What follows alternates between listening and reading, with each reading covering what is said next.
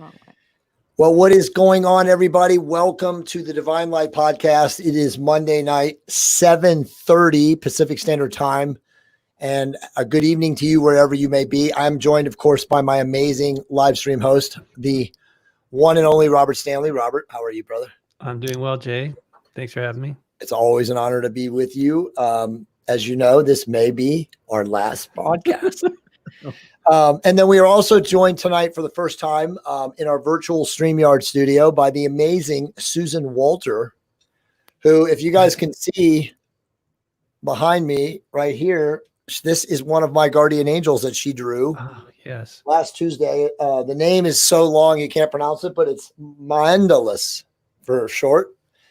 And we're going to be talking about what she does and her story tonight. And of course, if you guys who are watching the show want to book a session with her, which obviously I highly recommend, we'll talk about that at the end of the show. She actually has a discount for everybody who watches the Divine Light Podcast. So with all that said, I'm just going to go around real quick before we jump into what's going on with Susan and her story. Robert, what's going on with you, man? I'm raising a puppy. Oh, yeah? Let's get a little feedback on that. It's not easy now. And he has trained us very well, actually. So I'll tell you what, though, it blows my mind how many different dog foods there are on the market and how most of them are garbage. Oh, yeah. And they make these false claims, and it's really sad. Because, you mean kind of like the food they feed us? Yeah, except worse. I'm talking about the dry foods, So my wife did some research on it, and she found this particular one. We don't need to mention it, but it just blows my mind because you have the upper tier of where they actually put real meat into the dry food. And so there's all these particular essential amino acids and taurine and other things, so it's mostly meat, a little bit of vegetables, a little bit of fruit. So it's balanced. It says this is fit for human consumption. So why wouldn't you want to give that to your dog? It's like, and the difference was amazing for the puppy. When we first picked him up, he's getting Purina, food coloring, garbage, right? So we thought, oh, here's one that claims to be really good. We gave it to him and we looked at, and we found out, no, they charge more, and it doesn't have food coloring, but it still has meal and other things that it's not real food. So anyway, it's not cheap, but the dog is obviously now responding very well. And so we're happy. There's no real, truthfully, there's no real food given to anyone. I mean, you have to be proactively now as a parent or as a human being, as an adult, hopefully, if you're watching the show, to give to feed yourself. I mean, everything that's boxed now, and people can argue, right? When all three of us were growing up, you could eat cereal. You could eat certain foods out of a box that were not laced with chemicals designed to make you infertile and kill you. Yeah. And now you literally can't. I mean, I tell people this all the time, like cereal was like my greatest vice, right? Like I live a very clean, low inflammation lifestyle, but I would like chow, after I fast for 2 days or something like that. Sometimes after I train or whatever, on a big bowl of like cinnamon crunch cereal or something, Yuck. right? Yeah. You guys, of course, but all of that stuff now, even the Kellogg's like healthy, quote unquote, nutritious cereals is laced with glyphosate. Yeah.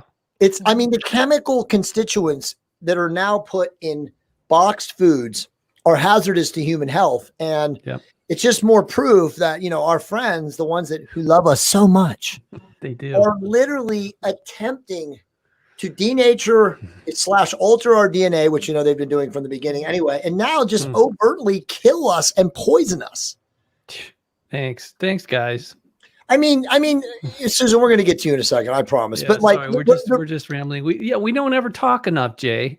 You and I. The reality is that like all of these people, and where Susan is, she's in the Midwest, where I'm from, and she sees it. Yeah. But the majority of these people who are obese, it's not because they overeat. No. It's because they're being poisoned by the foodstuffs. I mean, I have friends, Dr. Anthony J., who's looking now at these endocrine disrupting chemicals and how they sit in the rinds of visceral fat and they cannot be metabolized. Yeah. And so you have a lot of women and men who are obese who aren't, it's not because they overeat. I mean, I'm not defending people who are, not taking care of themselves, but like a lot of these people have been poisoned by the food. Yes. And water and air. Everything, dude. Yeah. It's crazy. All right. So that's a great start to the show. Okay. So Susan, I want to introduce you. So everybody, first off, Susan is an amazing person. I did a session with her last Tuesday. Again, she painted one of my guardian angels. And her story is pretty amazing. And, really with that said, Susan, why don't you just tell us a little bit about your story? How did you come to see into the angelic realms? For me, it started after near-death experiences at ages 4 and 6. And during those experiences, I was introduced to some of my own personal angels. And after the experience, I could just see them all the time. Yeah, and just being an innocent kid, I'll try to explain that to your parents, but that's a whole other story. Especially, 1960s and, rural Iowa farming community. That, I just, saw them, communicated with them all the time then. And then, jumping forward to January of 97, I noticed I wasn't just seeing my own anymore. I was seeing the angels of everybody around me. Sorry, we have one of my friends, my friends joining us. Awesome. But and I did spend probably about the first 5 or 6 months arguing with them. It's like, because the first thing I did was sat down and like, okay, what do you want me to do with this? Right. And it's like, I didn't want to do that. I was a little bit busy with the fact that I had 2 teenage sons at the time and 2 toddlers. And I really didn't know how to draw yet. I had been, at least not freehand, I had been doing some sacred geometry, which means I was using straight rulers and protractors and compasses. I couldn't draw, I wouldn't have been able to draw a circle or a straight line to save my soul at that point. So I spent the first few months arguing. I got, why me? There's got to be somebody that's, would be better at this, somebody that knows how to draw or paint or portray you guys in some way. But they were very insistent that I was the one that they wanted me to draw. So I consider myself an angel taught artist at this point. Wow. And it's now been over 20 years, and I couldn't even fathom how many angel portraits I've done at this point. Jeez. Pretty amazing. Do you so like when you to go back so how did you have the near death experiences? What happened to you? I had ruptured hernias. So I had to have life-saving surgeries. Wow. How did they happen? Just like going about your life? Were you playing sports or something, or you tripped or accident, or how did it happen? That part, to be honest, I don't remember very well. The second one, I remember I was out exploring on a farm that we had just moved to, and we hadn't been there for very long. And I had been told not to go into the barn by myself, but I did. Of course. And there were no lights. So, there was to be honest, how long I was really there before my uncle found me, I'm not sure. But it was probably, it happened somewhere during there and trying to find my way out of there during the dark. And how long did it take before you started seeing angelic presences, and what did you think of them initially? Like what did you think it was?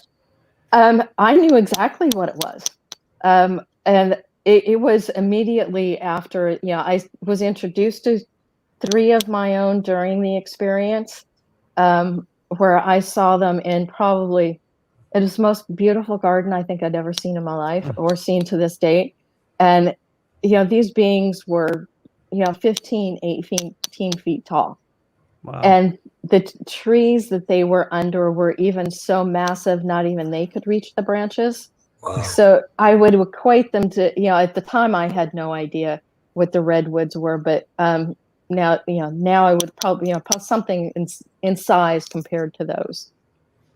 But did they have like I mean, could you see like a human countenance, or was it more? I have never seen a human face on them, even during, not even during my near-death experiences. And at the time as a child, I never thought to ask. It was really then later, I did ask why I didn't see faces. And I was told it was because I see them in their pure, or more closer to their pure light form. Wow. So did you ever see, because like when I see this, my first impression is this is sort of like a halo, right? Like an auric energetic field around them or something. Is that what that kind of is? Yeah, a lot of it up to the camera, Jay, because you're kind of blocking it there. Yeah, a lot of people, think of them too as what we humans refer to as wings. Yes. But really, it's when the chakras are fully lined up, meaning they're all the same size. They are all spinning in the same direction, rotating either counterclockwise or counterclockwise, and at the same speed. All three of those things are very important. But when that happens, then there's just this energy that comes out of the spine. And it's like, Wow. they're like fingerprints. I've seen similarities over the years, but I've never seen two be exactly alike. I think the closest I've seen is one time I did twin girls, and it's like their angels like were almost the flip opposite of each other as far as colors and things like that. That was the closest I'd ever seen and they still weren't exactly the same. So can you see right now angels like around Robert or me at this current moment, or do you have to be like fixated on thinking about while you're drawing? I do see it. I've learned to what I refer to as turning down the volume, because it's a little tense to see beings that are 15 to 18 feet tall, and every human being has a minimum of 3. To see that every time when you go to the grocery store, for example. So I've learned to turn the volume down where I see like it's clouds of color that's just constantly moving.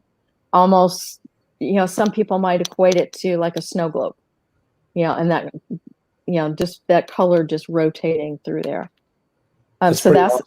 Yeah. And then when I sit down with somebody with the intention of drawing an angel portrait, then just one will step forward and take shape and define color. And that's how I know which one I'm supposed to draw, because it's totally up to them.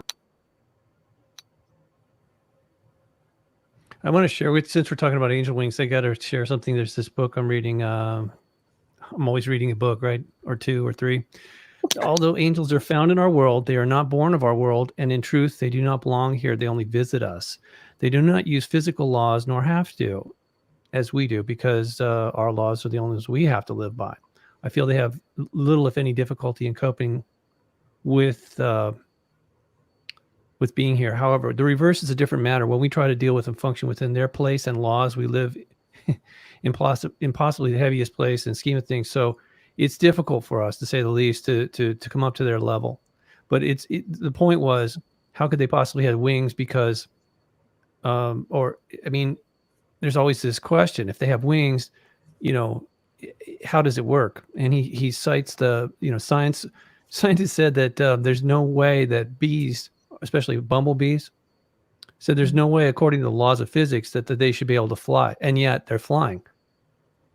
So you answered it. You answered it very well about the energy system. Mm-hmm. It gives them buoyancy, and it can look like wings. Actually, that's been depicted in some movies. It's pretty interesting. Because why are beings of light going to need wings to get around? That just doesn't make sense. But that's just one attribute that we try to put or place on them, right? And it's pretty obvious that it doesn't really apply. Yeah, it's our human way of trying to understand.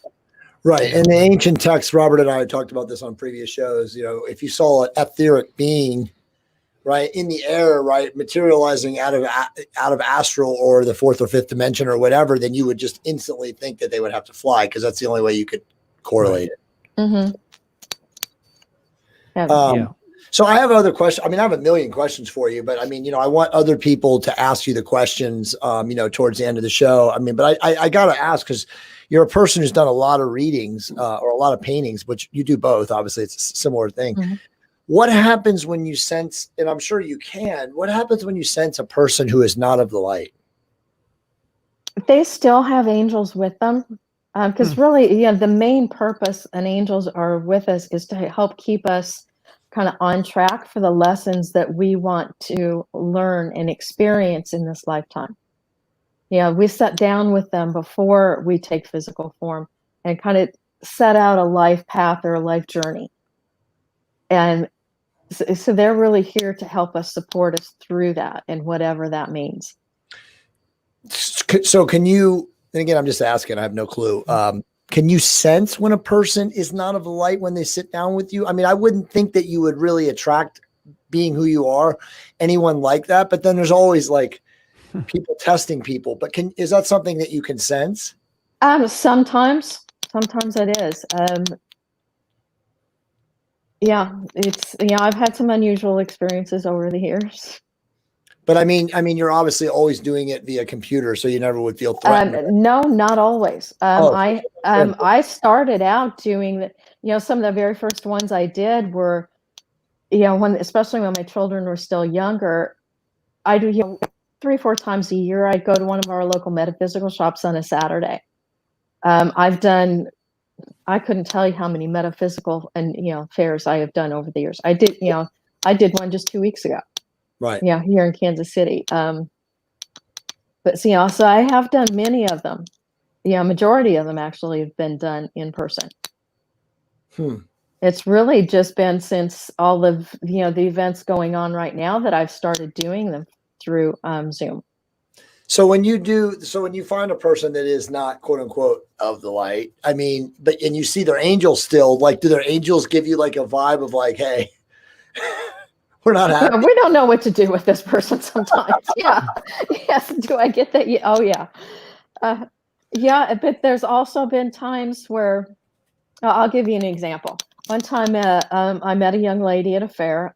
She wanted to have an angel portrait done. And to be honest, I nearly said no. I really didn't want to do it because I could tell she was still under the influence of some substance. Wow. But her angels were very insistent. And then I asked, of course, my own angels if that was, and they agreed that it was something that would be of help for her. So I went ahead and did it. About a year and a half later, she came back to me at the same fair, grinning from ear to ear and telling me how literally the next day she started changing who she was hanging around with. So who was influencing her. She quit the job she was working at the present time because it was also not good for her. She enrolled in community college. It just made all these changes in her life. And the whole time she's telling me that, all these things she had experienced in the last year and a half, there's a young man standing behind her just grinning from ear to ear. He had proposed to her the night before. Oh, wow. That's totally awesome. Yes. So you never know what might come forth, even during those experiences that are of a lower or slower vibration. Well, Susan, I haven't told you this. I told Robert this. I had a crazy week last week. I mean, I was up and down, but like after I saw you we met and you painted and, then you emailed me the photo. I, of course, printed it out and I took it home and showed everybody at my house. And that night, I literally did not sleep. I had so much energy. Now, obviously, people who know me know how much energy I have naturally, but I was so wired. I just kept tossing and turning and tossing and turning. And then the next night, I slept like a baby because I was probably unconscious, right? Because I hadn't slept the whole night. And I went into my day on Wednesday and I had a really busy day. But I had some very strange times over the last week. Like since meeting, formally, Mandolas, if I can pronounce it, Mandolas. It's been I wouldn't call it a hot and cold relationship, but just as Robert knows, I had almost what I felt like I was having a mental breakdown on Friday night. I just could not stay positive. It was like I don't know, it's going to sound bizarre, but not to people that listen to our show. But Monica and I have started to think very heavily, and then, this is a topic that Robert and I can talk about, but I found out that on Saturday, almost all the 5G towers for Verizon and AT&T went live in the Southern California basin. Now, obviously, Robert knows about this. There's already been published science that shows that 5G radiation is hazardous to biological systems, right? Yes, And most now, definitely.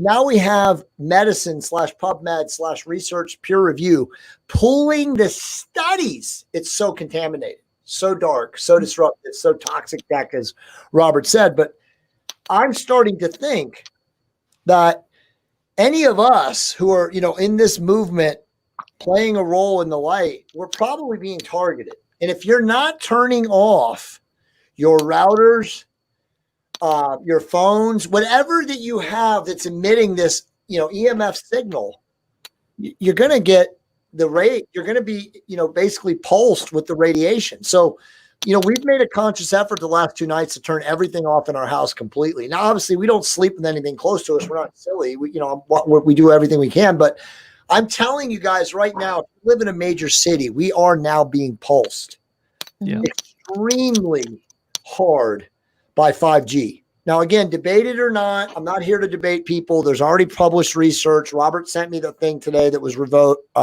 pulled. InfoWars, Alex Jones did a big thing on it already. It's definitely radiating our cells. So what does that mean if you're watching the show? If you're one of us, you have to take protection. Now, I'm not ready to talk about it. I'll probably do it next Monday, but there has a company that's contacted me that is building a Faraday cage net to go around your bed. So like a mosquito net. Literally a mosquito net Faraday cage that you can put around your bed. They're going to be making them for king size beds that have canopies and, of course, singles, right? Right. They'll sell a device. Right. They'll sell a device. But yeah, you guys, I can't imagine something that we won't all be recommending more strongly, because we're being blasted now. Unless you live in the country, you're getting hit by 5G radiation now. I mean, Robert, do you want to comment on that? Well, yeah, no, wait, hang on. It's thanks to Elon Musk and others, they put up, they want to put up tens of thousands of satellites beaming 5G down on everyone around the planet. So I want to get back to what you said, Susan, about that particular lady, and that you were feeling hesitant to do. It says here that every human being on earth has at least one angel who watches over them, and most individuals have 2 angels as their guardian angels. Have you found that is the case or not? I've actually, from what I've seen, I'd say everybody has at least 3. Wow. And the more you have, essentially the more work you have to do. Oh, really?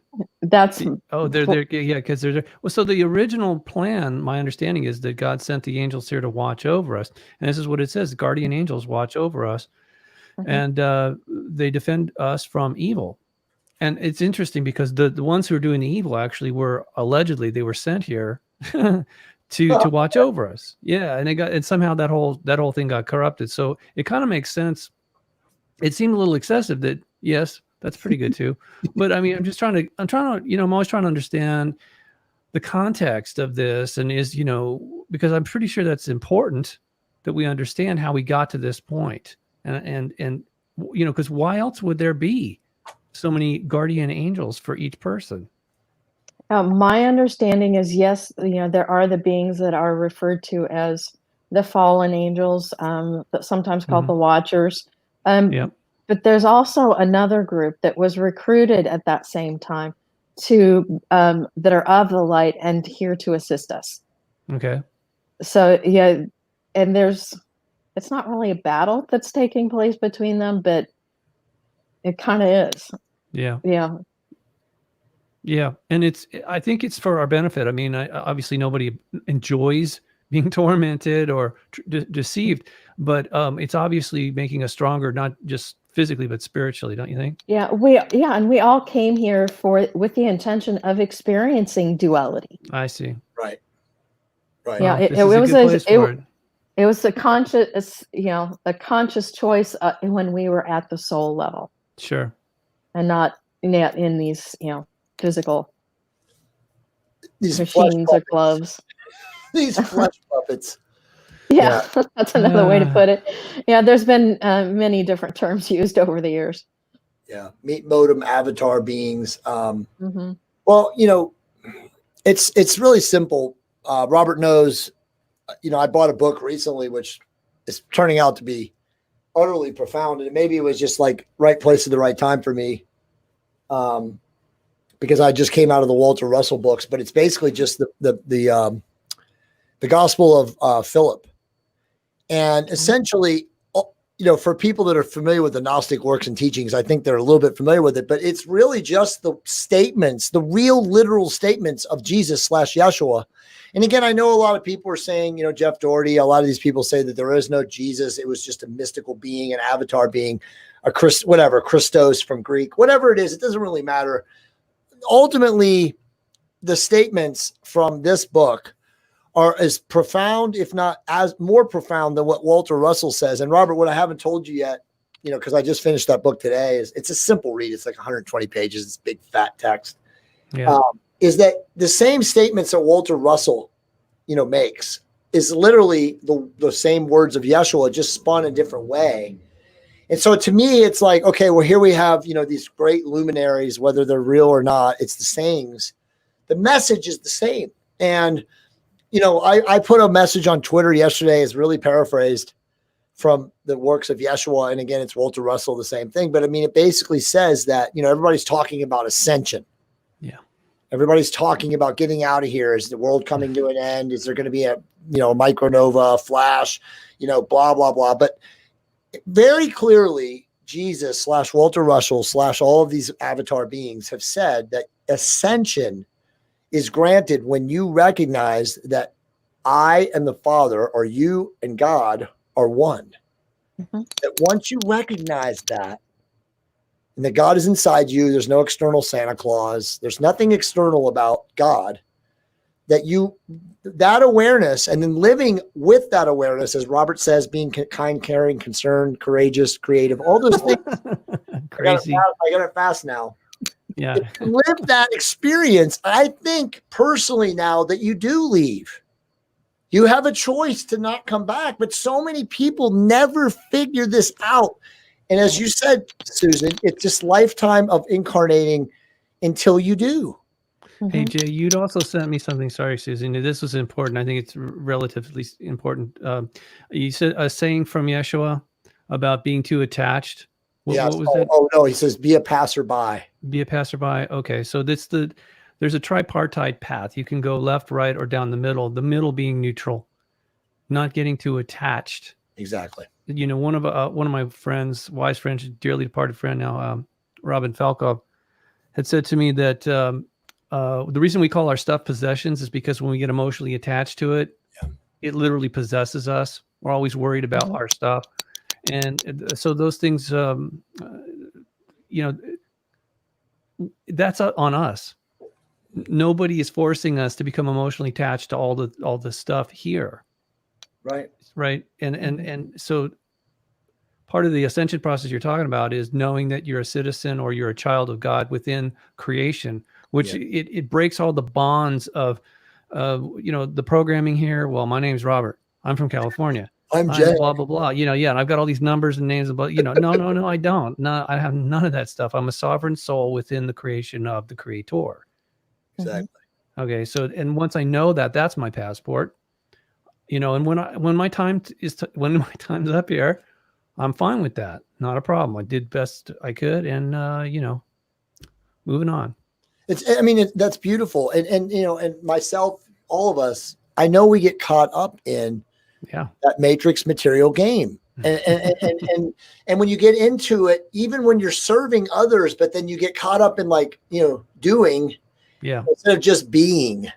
Right. Like that's what Monica always says is like, you get so caught up in doing, just be. And so that's exactly what it is, right? Just exist, right? Yeah. It's something about the Jedi philosophy is that you cannot force the Force. The only way you can actually use it is to flow with it or allow it to flow through you. Mm-hmm. Yeah. Susan, do the angels ever provide you, this type of wisdom? Like when you're sitting by yourself alone at night or whatever, like, do you ever get like, whispers in your ear, tap on the shoulder, anything like that? Oh, of course I do. And I think one of the things I've gotten feedback from many people that have had their angel portraits done is that seems to happen more frequently. Mm-hmm. Some people even talk about how, their angels are actually talking to them now. When you say now, how recently has? I've heard that, somebody tell me that just last month, but I've also had somebody tell me that 15 years ago. Okay, so yeah, that's the right time frame. Yes. That's probably the most common feedback that I get. That's great. So somebody just asked, I'll just say it real quick. It's how do I talk and actually listen to your guardian angel? It's from Kermie Wollenhouse, PhD. And by the way, she has agreed to come on the Divine Light podcast at some point, but she has told Robert and I is on sabbatical. And she is not going to be doing any interviews until the end of this year, assuming that we get there.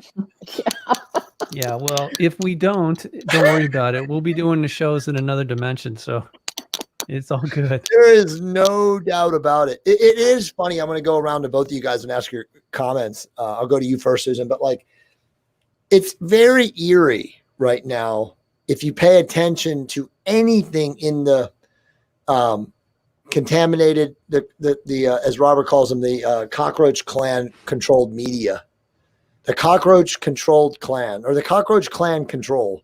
Those guys, yeah.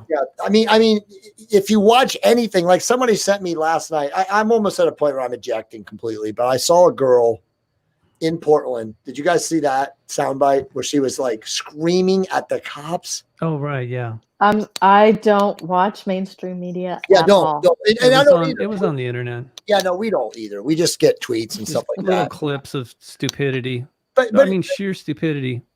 We're at a point now where there is literally nothing productive coming from the mainstream. So I'll go to you first, Susan. I mean, obviously you don't watch it, so that's good. But is really the line in the sand right now, the people that are still watching it, and then there's us not watching it. And so when you're not watching it, you're not in that kind of victim lower chakra vibration. Is that kind of really where we are now? I'm seeing what it's almost a divide. It's like the crazy people are getting crazier. Yes. But the good people are getting, it's like, I can't say, getting better, but those that have that higher vibration, or I really think of it better, better description is a faster vibration. I think, but it's like the vibration, it's like everything's speeding up no matter which direction it's going. There's just more and more of the light and the dark, and that dichotomy of, duality. So you're 100% right. And by the way, you're right. Also, it's oscillation that's faster, right? So actually the vibration, if you're on a vibration plate, is you're becoming more resonant. It's like that. But to your point, and I just wrote about this in an email 2 days ago because I sent it to Robert. A lot of people are waking up right now, and I'm getting Robert gets them. I'm getting him crazy emails from people who never in a million years knew anything about, conspiracies or, etheric realms or any of these things, who are just messaging me out of the blue. And this guy sent me a really profound email or a message, and I wrote an email regarding it, and I posted what he wrote. And the truth is exactly what you just said. The ancient sages, any of the ancient texts said that when the energy or the cosmic waves of the spiritual central sun are bombarding the planet as they are right now, as we move into the age of Aquarius, our DNA, is being altered. So if, again, and people think of it as junk DNA, there's nothing junk about it. It's just been turned off by the cockroach clan. The reality is that energy for people that are resonant and coherent up here are becoming better and more abundant and having, like you said, a faster rate of spin. And the people that are down here are reacting the same. Their body, or it's actually their heart, and that's what I wrote about, cannot absorb that energy. They cannot process that energy through their hearts. And so they become more dissonant and more incoherent. and they run around and they light fires and they tear down monuments and they scream bloody murder in the face of police. It's Yeah, and that's why they're broadcasting 5G all over the planet, even from space, because they don't want us to receive those cosmic signals and to raise our consciousness. Yeah, it's on a soul level. Totally it's a way to interfere that. And I just got back from visiting my mother for a couple of days and had a rather unusual experience. My 77-year-old mother, tried to red pill me. No way, that's awesome. What did she say?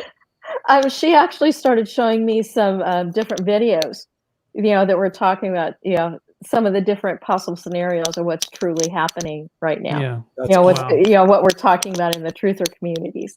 Jeez. And it was just something that totally blew me away that I did not ever expect to happen. Pardon me? So you were totally mind blown. Like, so she's never been at that point. Yeah, she's never been like that. That's so awesome. Hey, I'm still looking at this manuscript because there's a lot of stuff in here that I think is applicable. It says here, old writers tell us the Egyptians believed that every man and woman had 3 angels attending him or her. I never read that.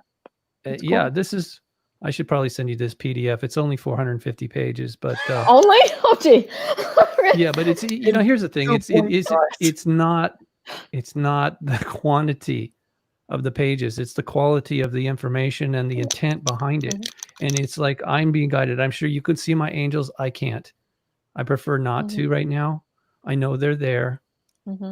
And I do appreciate whatever they're doing to help. But at the end of the day, it's all on me. Whatever I'm doing is my responsibility, not theirs. But I do recognize that I am getting help, not just from my angels, but a lot of different entities that are really using me because I offered myself up to be a conduit to help people here, because we're going through this major transitionary period. It's like I was, at some point apparently asked to be a conduit of some sort myself, and this is just my way of trying to speed up the frequency of everybody that I encounter in some way, and hopefully improve all of our lives somehow. Okay, it makes a huge difference. Yeah, it does. We all everything that we each do individually has an effect on the collective. Yeah, I mean, we all are. I mean, it just you really do have to take a step back. Robert says this all the time. Like, their waves of dissonance really do come through their toxic technology, which they totally control. Now, obviously, we are using this technology right now in the form of coherence and resonance. We're putting out a message that's strong and profound and loving, and a lot of people are listening and they're going to share it.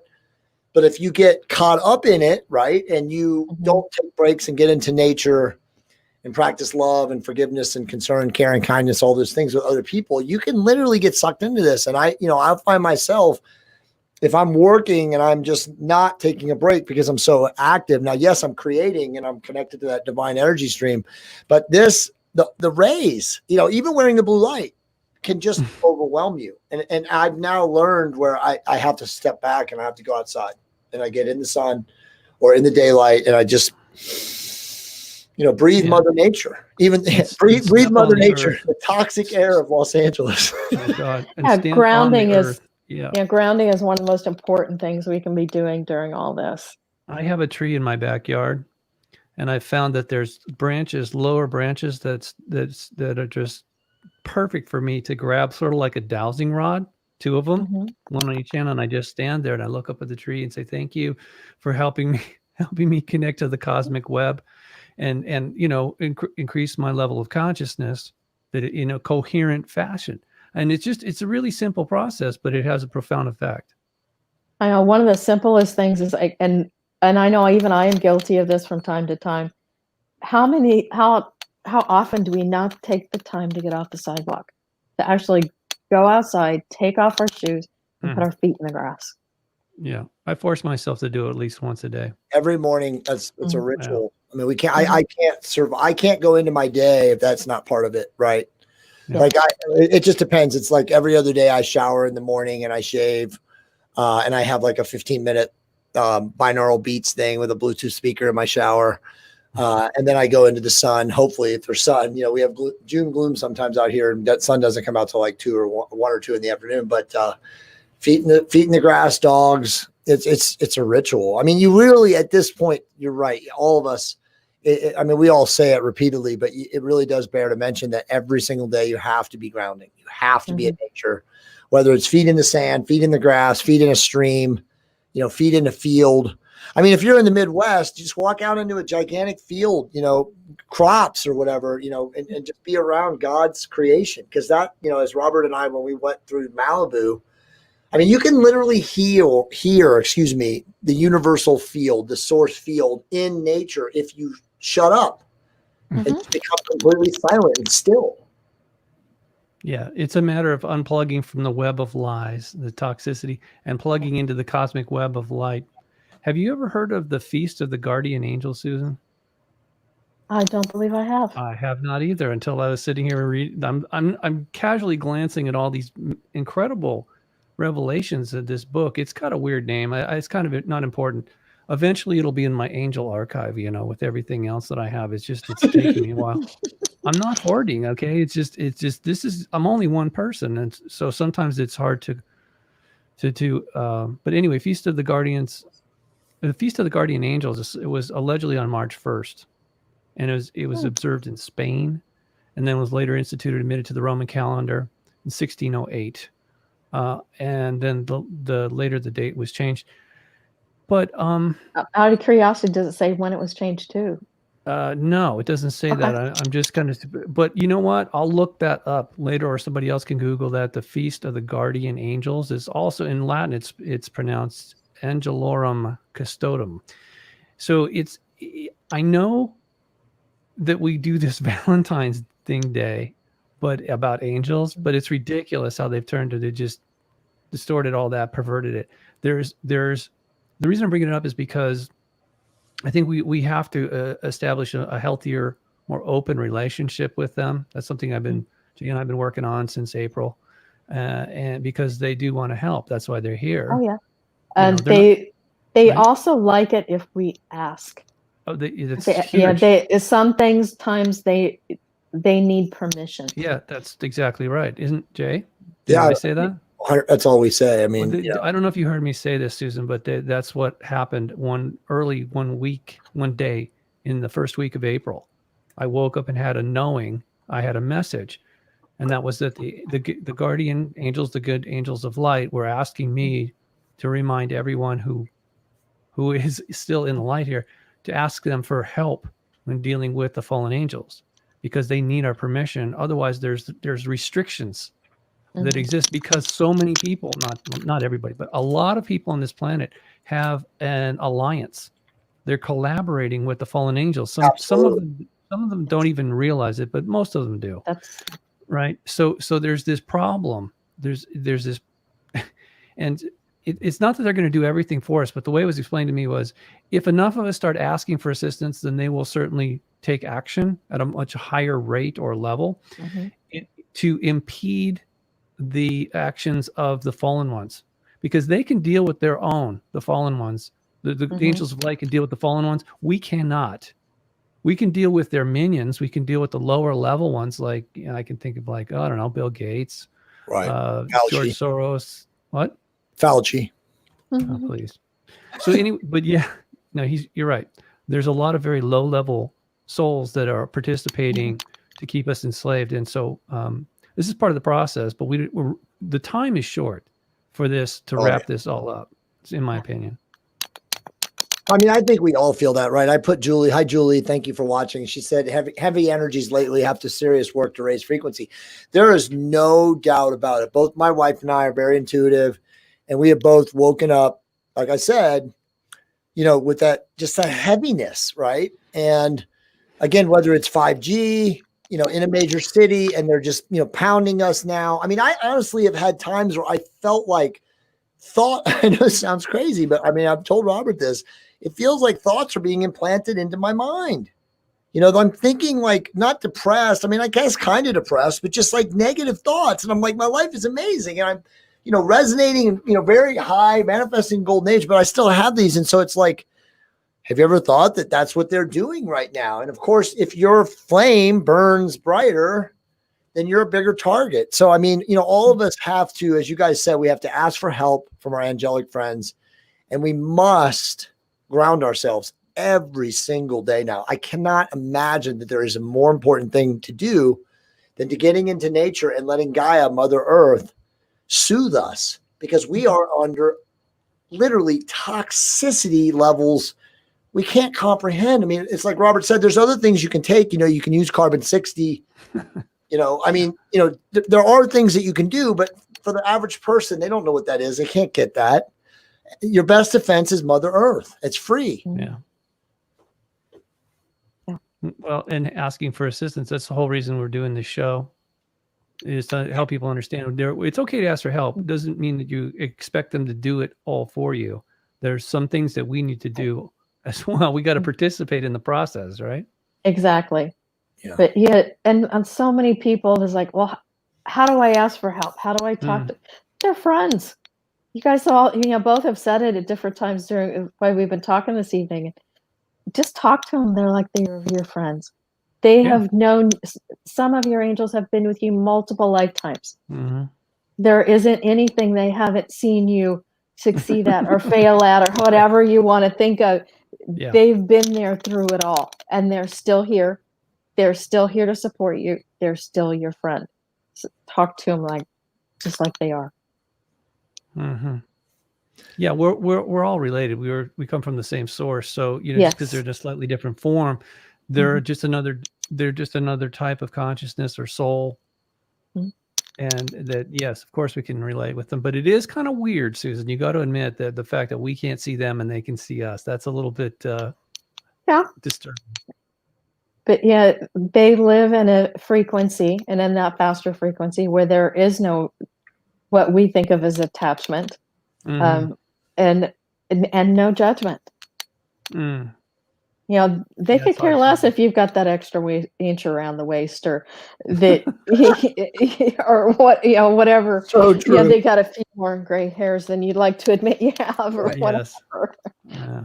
It's totally true. It's totally true. Or how much money you have in the bank, or what kind of car you drive, et cetera, et cetera. Yes, yeah, absolutely. All they really see is that light that's coming from here. Right. Yes. And ultimately, it's what you do with it. My understanding about it is, yes, it's a meritocracy. I don't know if anybody ever told you that, but there's a book on my website called the Astral City, and it's very clearly explained in there that we actually determine where we end up as we leave the physical, what lessons we've learned, what lessons we still have yet to learn. And it's all based on being service to others versus service to self. And I know that sounds very oversimplistic, and it kind of is, but that is the truth. That's what the merit system is based on. And that's why the angels really, as my understanding, those who choose to serve us, they don't see it as a burden. No. They see it as a privilege and a pleasure, and actually it builds credit for them within the cosmic system of meritocracy. They're gaining credit, and it's also a joy. Oh, absolutely. Oh, yes, because they have empathy, just like we do.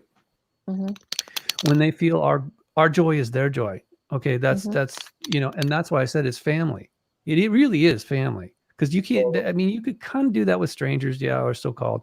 But you have, it's a much stronger emotional bond with biological family, mainly because you live with them, right? But it's true for the angelic kingdom as well, and even more so for when you get up to the level of the Father, which is an emanation. My understanding at this point is it's an emanation, just like there's a divine mother, divine father. God is the source, is neither of those things. It doesn't need to be. It's beyond that.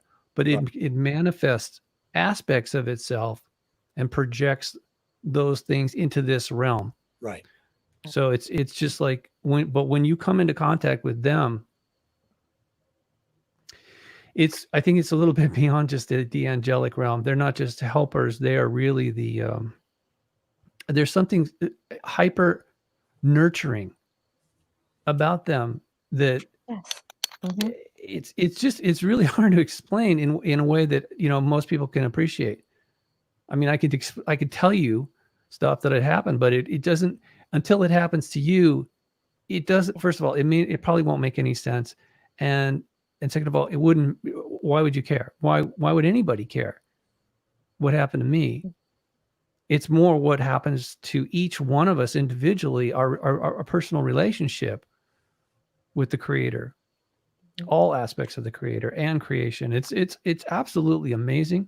It is a miraculous process, and I do think it's eternal. I think a lot of the stuff we're being told is absolute nonsense about these theories of big bangs and evolution and all of Schmein's is fallen angel, toxic tech, yeah. disinformation. Back to what you were just saying, Robert. Russell says nothing exists except the divine mind of God, right? And all we are is the consciously manifested intention of God's divine mind, right? So as souls, holographic souls or fractal souls, as you guys said, we all come from the same source. It's just our intention. And Russell calls it the fulcrum of that conscious intent to be people or to exist or to manifest or to create, any of those things. But Susan, are you okay to take some questions real quick? Sure. Okay. And then I want you to promote, your stuff and let people know how they can work with you. And hey Jay, do you see Susan kind of fading out? Yeah, I am seeing that. Isn't that very interesting? I was going to ask about that. I was like, maybe is that her internet connection or is that just them? They don't want to see Susan. Yeah, there's an angel standing in front of you. It wouldn't be the first time. Cloudy. Yeah, it's kind of weird. They're trying to get in on the act there. Yeah, it's very strange. It's very strange. Okay, so Maya Man Mario, I'm sure that's a meme, but what's up, brother? Thank you for watching this. He says, we are indeed all of the same source. The best we can do is to see that in one another and love and serve one another. Well said, my friend. Okay, so John Phillips is a very interesting dude. John is the guy who's been like a big fan of mine for a long time, and he is the guy that sent the email that was very profound that I wrote an email recently about, who's like, dude, I'm new to this. What is going on? Why do I feel this way? So his question is a great question, John. First off, thanks for watching the show. Love you, brother. He said, thank you for your service, John. Yep, absolutely. Are the guardian angels what people think of as our spirit guides, or are they different and do both exist? Go ahead. Yeah. Yes, both exist. And yes, they are different. From what I have been shown, angels, it is extremely rare that they take physical form. Right. Where spirit guides are just the opposite. It is extremely rare that they have not had physical form at some point. Not always. Exactly, by the way, what is said in this book by Kermie Wollenhouse, PhD. She says the exact same thing. They have not always experienced a physical form here on Earth. It may be someplace else, but they have experienced a physical lifetime. Yeah, that makes sense. Yeah, and that's why angels sometimes don't understand what we think of and deal with as time. They don't understand it very well. Right. To them, they'll say, "Oh, something's going to happen soon." 10 years later, you're still waiting. Yeah. But that's also in what is in your best and highest good often. By the way, speaking of in this book, I was just opening because I was trying to find to validate because I highlighted it. I don't know where it is. It's been a while since I read this, but I just opened, of course, right up to this. It says, calling in the divine light. I ask for divine white light and then a rainbow of divine light. This brings in the highest love and light and actually makes it much more comfortable for your guardian angels to be present. So if you ask that. So again, this book, guys, doesn't have anything to do with Susan, but it's how to talk and actually listen to your guardian angel by Kermit Wollenhouse, PhD. It's softbound. I think it's like 120 pages with the table of contents.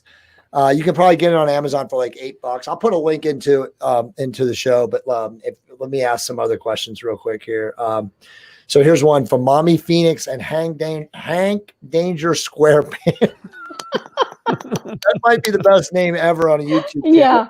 Are there angels governing over other dimensional planets or other dimensions, I think is what they want to ask. My understanding is yes. Robert, what do you think? Yeah, allegedly, even here on this planet, they govern or they watch over nations and regions and other aspects of our. It's not just individuals. They look at the collective and how to make sure that the things are moving forward.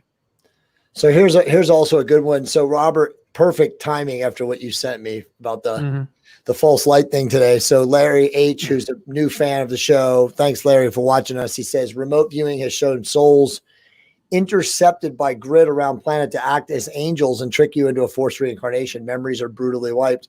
Robert sent me some stuff, just was it yesterday or today, about Lucifer acting like an angel. It's been commonly referred to as Satan can appear as an angel of light, but so can his minions. Right. They're shapeshifters extraordinaire. So, and they're always testing us, which makes life interesting here. And to that point, and we've talked about this before, and remember we said this with Jeff, because Jeff asked this question. If you're vibrating right here, doing the things that we always say, being serving, kind, love, light, concerned, courageous, compassionate, all those things, then you're not going to attract, for the most part. Okay. And again, Monica argues with me about this sometimes, but I don't think you're going to be around those type of beings if you're in service, quote unquote, in the love, in the light, because they're not going to be vibrating around you. So you almost have to be somewhere below the line of integrity, and probably even further south than that, to really bring that into your life. Again, that's my opinion. I agree. It's like energy attracts like energy. Right. Like frequency attracts like frequency. Whichever words you want to use, it's the same thing.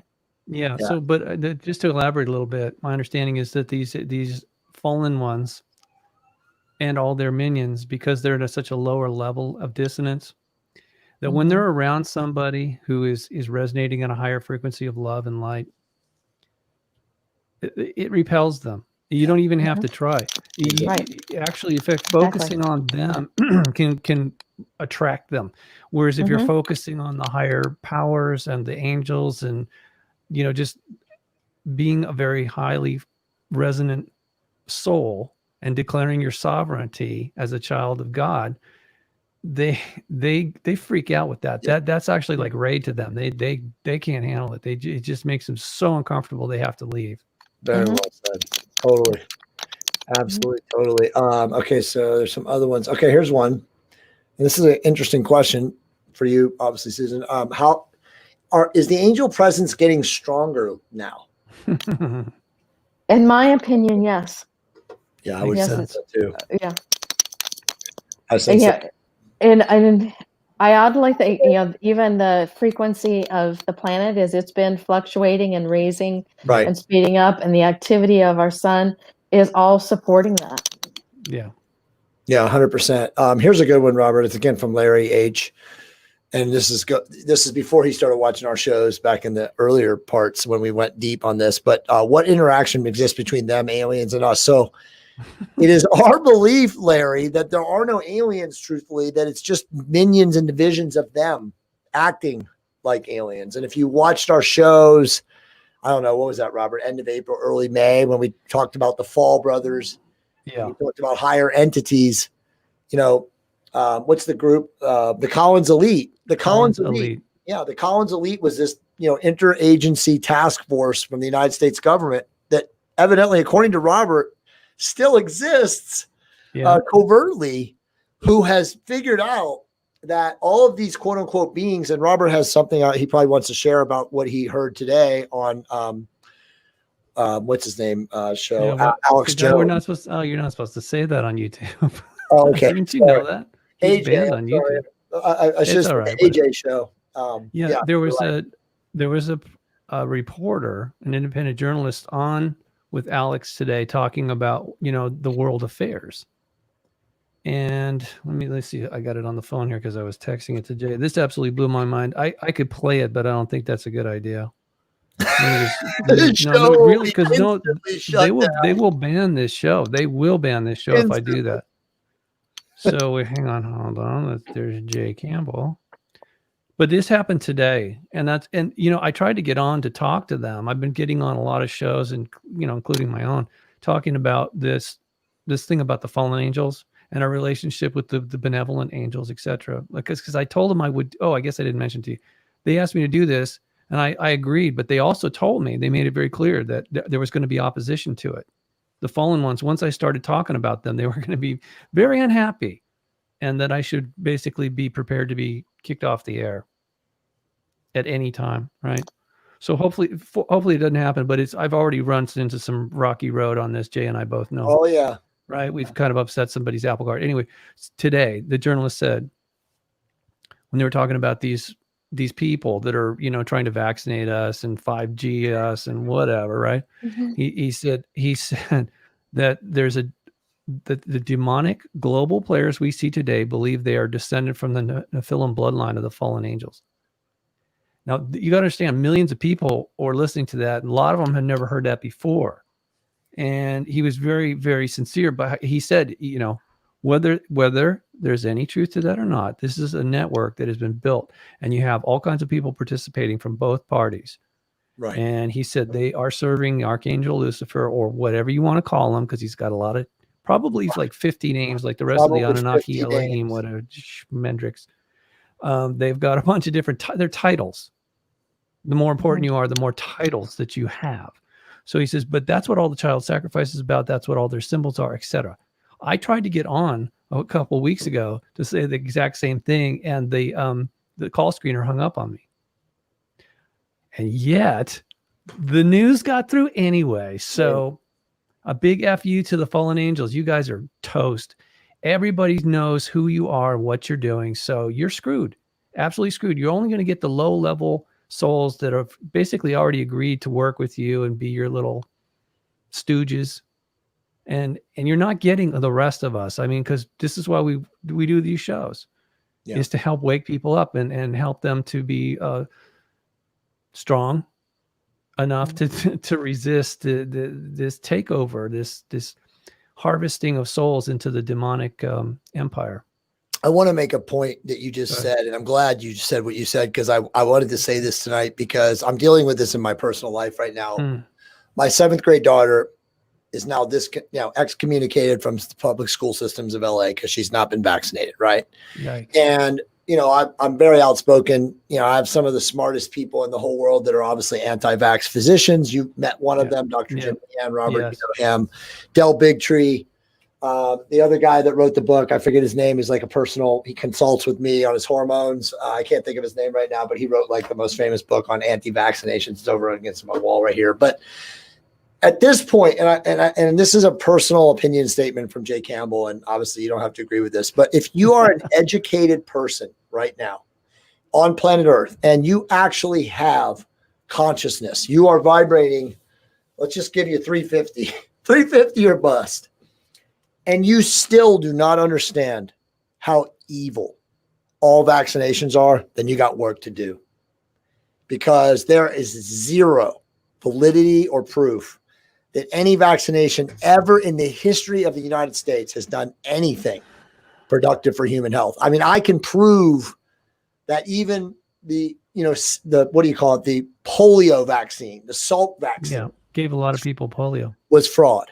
There has never been a vaccine that did anything to confer immune protection to biological systems in human beings. It's a scam. And if it's an affront to God. It's like saying you screwed up. We have to fix it. If these things were benign, they wouldn't need indemnity, meaning they wouldn't need to be protected from lawsuits. No, that's absolutely a scam. Exactly. That's the point right there. And that's what Del Bigtree. It's more than a scam, though. It's satanic. Right. It's satanic. Yeah. Yeah, because they're causing harm, and the doctors that administrate it are violating their Hippocratic oath. They should all have their license revoked for doing that. Well, here, I mean, and I don't like to do this, but I'm going to have to do it. Like, my sister was with my daughters yesterday. And again, my 12 and 10-year-old daughters are completely vaccine free. Yes. And they're, as you know, you've met them. They're total beings of light, amazing children. Yeah. And I have a lot of friends also in California now whose kids are not vaccinated. And when we hang out with them, and again, maybe they're biased when they say this, because I've never said this personally, but I've heard this from many other people. They say that when you look into an unvaccinated child's eyes versus a vaccinated child's eyes, you see a much brighter light. Yeah. Now, Robert, you and I have talked about this before, and it's a perfect show because we have Susan on here before. Vaccinations in the last 25 years, since they stepped them up to like, what are they, 70 different vaccinations for kids before they're 18 or whatever. Ridiculous. It's a big scam. Yeah. That right there might be their biggest move, meaning the cockroach clan, in keeping us from ascending, keeping souls from vibrating to where their natural resonant fields are, because it is making these young people vibrate in victimhood and be completely dissonant and running around outside screaming about utter nonsense that has no bearing or relevance to their life. As Susan very elegantly said earlier in the show, that vibration right now is making the crazy people crazier because they're really vibrating in dissonance. And so I think, and again, it's my opinion, I think those that are heavily vaccinated, now, obviously, as Robert already said, in addition to eating all the crappy food and drinking alcohol and taking their SSRI drugs and all the other things they do, but I still think that the vaccination is their key tool to suppressing human consciousness. I think it's actually a tool used to, because we have what's called junk DNA, which has really just been DNA that's been turned off. Exactly. And it helps. I think it's been a tool used to, keep that switched off. Yeah, right. Yeah. Because Right. yes, exactly. You're right. But how can people not see this? And I brought this up because my sister, who's a very highly educated woman, told both of my daughters last night when she was hanging out with them. And I didn't find out until after, because if I'd have found out when I was there, I'd have had words. She said, I want you both to consider getting vaccinated when you get older. Yeah. Yep. Saying that to my daughters. Yep. Because, and here's the thing, your sister actually thinks she's doing them a favor. Right. She does. Because the veil of fear is very persuasive in a lot of people.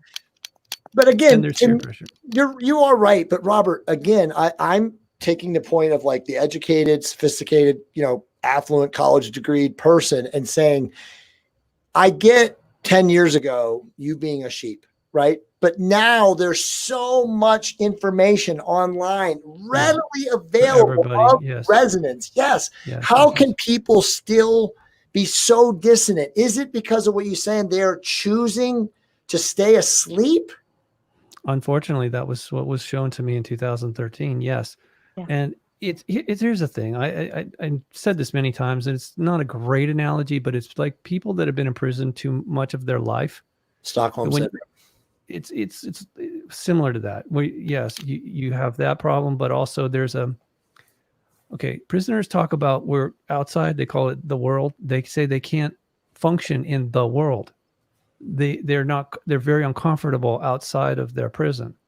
Right. And the system, they know the system. They don't know how to live in the it's like Morgan Freeman said in that movie, I'm an institutionalized man. They get out, the recidivism, they want to go right back because they don't know how they can't handle their freedom. And it actually makes them feel very uncomfortable. So there's a level of that going on. That's the only analogy that I know how to kind of share with people that's simple enough that, we don't get too far off what we're discussing here. But the thing is, people can change. That's the beauty of it all. I do believe in divine mercy. I'm an eternal optimist because I have been touched by the divine at times when it was the darkest moments of my life. Okay. So I know sometimes it really is darkest before the dawn of the light, and when you see it and you feel it and you know it, then it alters you in a very positive way. And it's absolutely amazing. Really. Life is a gift. Right. And some people tend to not understand the value yet, but they will over time, however many lifetimes does it take, up until a point though. I do think there probably is a cutoff point where it's just like, well, they're not going to learn. They simply don't want to take it to the next level. That's what I was just going to ask you. And both of you, I'll ask both of you, and then Susan, you can promote. See, that's the concern for me because, Kat, who was on our show 2 weeks ago, amazing person, she messages me all the time, and she's asking me, she's like, do you think everyone's going to make it? And I keep saying I don't see it, because as you've said, Robert, they have conscientiously chosen the dark. They have chosen dissonance as a way of life. And I don't see how Source, the angels of light, whoever the guardians are, the galactics, the builders, how can they bring everyone into perfection, 5D, whatever you want to call it, ascension, if they chose to serve even directly or indirectly the dark? I don't see it. I could be wrong. Maybe everybody gets a free ride. I don't see it, though. What do you think, Susan? I think it's like not everybody graduates at the same time. Right. When some people just aren't ready. It's like some of us have, been practicing and studying and, and trying to, raise our frequencies for a long time, and others, they're just not ready to yet. Yeah. Sometimes I'll actually describe it as, some people, ready to, ready to graduate college. But you can't be bad at somebody just because they're just in kindergarten. Beautiful. They're just ready to be where they are, and they will get there when their soul is ready. It's just not at the same time you are. That's okay. Force you can't force or enforce enlightenment on a soul. That just, it doesn't work like that, because it's a violation of their free will. That's why I was saying about the angels of light. They understand that is the prime directive, right? Despite what the dark side is doing, tricking people. The angels of light could never do that, because then they would be falling into a trap as well. So they understand that. Mm-hmm. All right, so I'll end the show with this question. You guys both answer. Larry H just keeps dropping the bombs. and obviously I'll just go first. Susan, you go next. Robert, you finish, and then Susan, you can promote. Okay.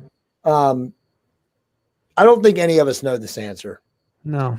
I think personally that all of us of the light, the highest vibrators amongst the planet right now, and obviously this community, the people, that pay Susan to do readings. I mean, we're all of that energy, of that auric field. It's up to us to manifest the best, or as we would say in real estate, the highest and best outcome, because we have no control over the timing. As Susan already said, there is no time outside of third dimension. Right. So we have to get enough of us vibrating in this field between 400 and 500 regularly, consistently, right at that state, to get this, collective consciousness into somewhat of a state of resonance and coherence, to get the prime movers, whether it's Source, the angels, the benevolence, the galactic federation of light, whoever it is, right? We have to get enough of us relevant and worthy through our actions, through that, again, that way of life, Ani, to get it, to make it happen. So I don't know if there's an answer. I think a lot of us, when we get caught up in the nonsense of right now, we think that there may be an event coming. We don't know. Nobody knows. Everybody's making predictions. They're probably working on the timelines. They probably have hacked the timelines. We know they use Hadron Collider to do stuff to manipulate space-time. It ultimately comes down to enough of us getting a high enough vibration to resonate a frequency that shifts the darkness to go away forever. I'll go to you, Susan. Do I think that's going to happen? Yes. No. Okay. Yeah, I do. And because we seem to be shifting timelines now, it's almost like some of us will be experiencing it probably fairly soon. But there's others that will continue to come behind or come after. If you want to look at the 3D timeline still, but everybody will get there, just in their own time. Beautiful answer, and Robert. Depending on the choices they make and the actions they take, that's what the merit. We'll system all is have to face, have that experience where, as the Egyptians, weighed the feather against the heart. We all have to have, whatever that experience is of re-experiencing everything that we ever, the emotions we felt made others feel during this lifetime. Absolutely. Or however, so many, and I don't think everybody is going to experience that moment the same. No, not at all. And that's Beautiful. that's the part of the beauty of it all, Susan, I Yeah, think, it is. is the incredible diversity. It's infinite, and it is compassionate and incredibly creative in ways that it's kind of hard for us to comprehend while we're here, because there's a lot of limitations placed on us, a lot of obstacles, Yes. right? It takes time to manifest whatever, and there's always other silly things like money. It's like, why do something unless there's money involved in it? Right.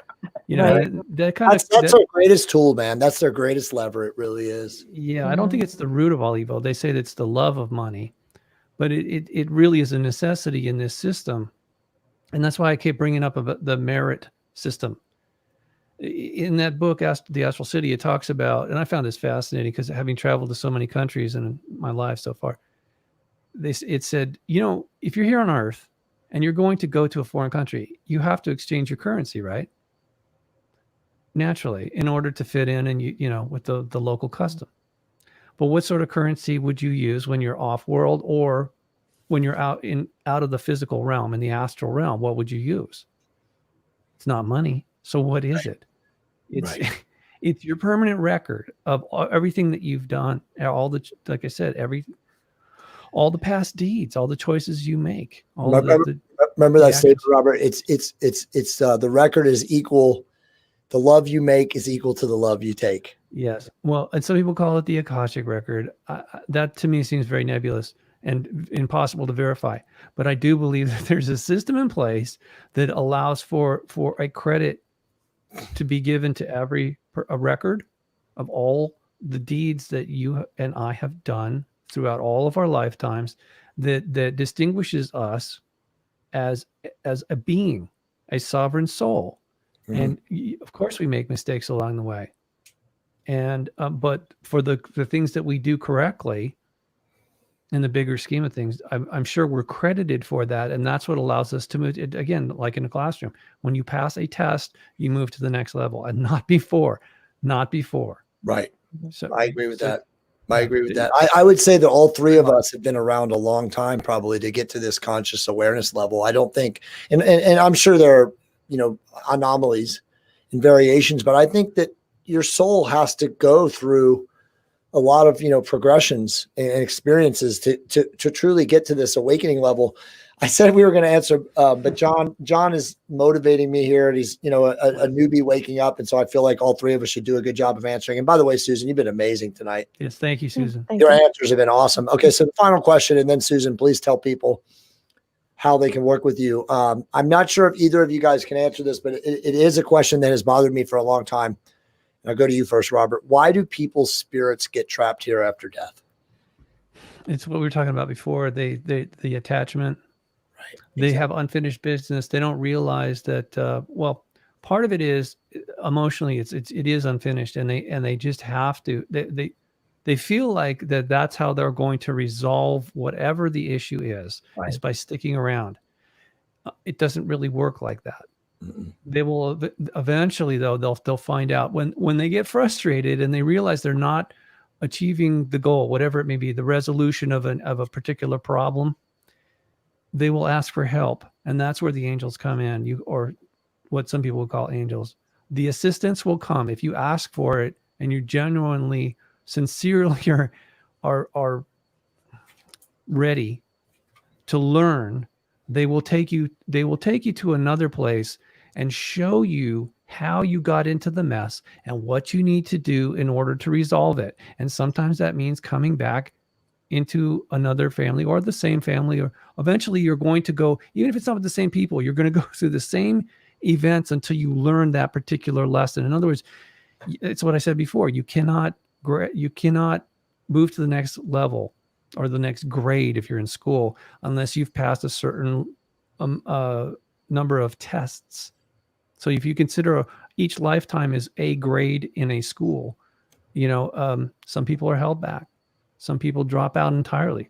Some people go, they'll maybe even skip a grade because they just did so well.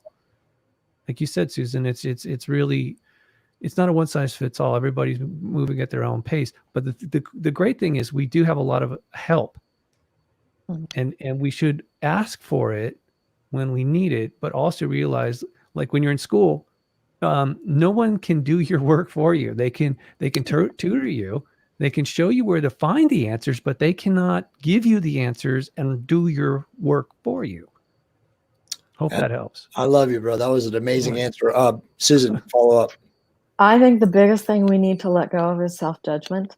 No. Because we are always our worst critics. Mm-hmm. And I don't think that's something that we let go of easily. No. And I think that's even that moment of where we need to, weigh the feather, weigh our heart against the feather. I think it is ourselves that makes that judgment. And I think we need to let go of that judgment. And because we are all here to experience, all these different beautiful things, dark things, however you want to look at them. But we need to let go of that. And I think once we can do that, that's truly when we can, but the heart truly balances with a feather and we can move on. Yeah, that's well said, Susan. I agree totally. And it's what I was trying to say before. That's part of the merit system. We literally define, what is the next lesson we need to learn? Mm-hmm. What is the next level we're going to go to, wherever it may be? I mean, this is just one of an infinite number of classrooms here. Yeah. You guys, both your answers are so beautiful. I don't have anything to add to it. I agree and echo it, but I will say this book, which is put it in front of the camera. Yeah, sorry, I'm trying to angle it here. It's Robert Monroe, Ultimate Journey. Yeah. So this book is about exactly that. So Robert Monroe, who created the Monroe Institute to teach people how to astrally travel. Yeah. Amazing guy. All of his books are amazing, but this was his last book before he died. Mm-hmm. And this book is literally, the books were called Journeys Out of the Body and Far Journeys. And then this was the final one, Ultimate Journey. That's what he ended up doing. He became such a master of astral travel that he could go into the nether realms or the inner realms and find wayward souls who would not leave they would not depart. Their physical bodies would have expired, but their, energies were still in this dimension. And he was able through, whatever that, just like Susan has a gift, that was his gift.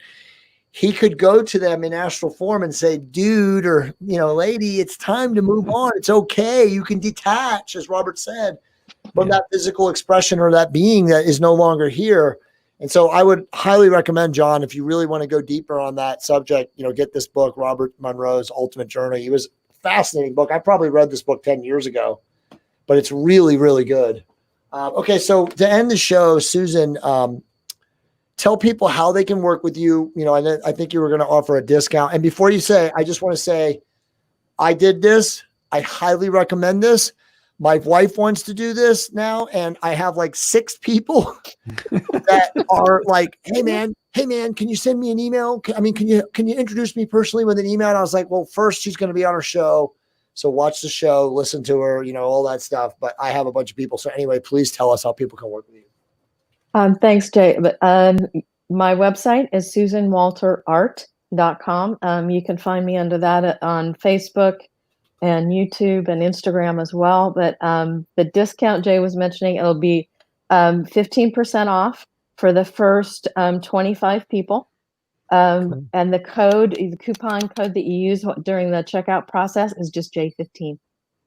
Oh, there you go. Nice. Yeah. So, but yeah, just the first 25. So yeah, and you can purchase anything, and that's going to be for any purchases over $50. That doesn't need it. So for anything on the website.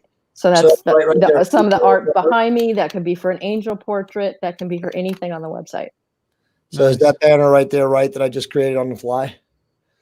Susan. Yes. Yes. SusanWalterArt.com and code J15. Perfect. That's so perfect. So that'll be on the video now. So when people are watching, they can they'll be able to, when they watch the rerun, because we'll have more people. I think we had like 116 people at the highest part of the show tonight, which is pretty good for us. Considering we're heavily suppressed. Yeah. That's 9:30 when we started here, my time. So 10:30 on the East Coast. So yeah. Yeah. But people stay up late on YouTube when they really like it and stuff like that. So I'm, obviously very thankful, grateful, humbled, honored, privileged that you joined us tonight. I thought your answers were spot on. Thanks for having me. It was Yeah, fun. no. I mean, again, you guys, I did this. It's about 45 minutes to an hour, depending on how long you need. But, she's very good in conversation, talk about your angels. And, like I said, it's pretty profound. I mean, as long as you connect with them, reach out to them, ask for assistance. I mean, for me, I just felt like, actually knowing a name of one now, that's who I reach out to now. Things are not going well. That's who I'm going to reach out to. So, really my final thoughts. Robert, do you have any final thoughts? Just may the Q be with you. I was just gonna say the portraits, they work kind of like a portal. Yeah, and once that portal is open. Beautiful. Yeah. Very good. Awesome, guys. Well, for Robert, I'm Jay Campbell. I really appreciate you guys. As always, we will see you guys next Monday night. I don't know if I'm going to have bandwidth, and I'm on a family vacation in San Diego, so it just depends. But I would assume that we will probably not have a show next Monday night. Maybe depending on Robert's schedule, we can have it later in the week when I get back. But if not, we will see you guys on the rebound. So I will just say, you guys hold still for 1 second so I can talk to you off the air. Remember, everybody, raise your vibration to optimize your love creation. We will see you guys very soon.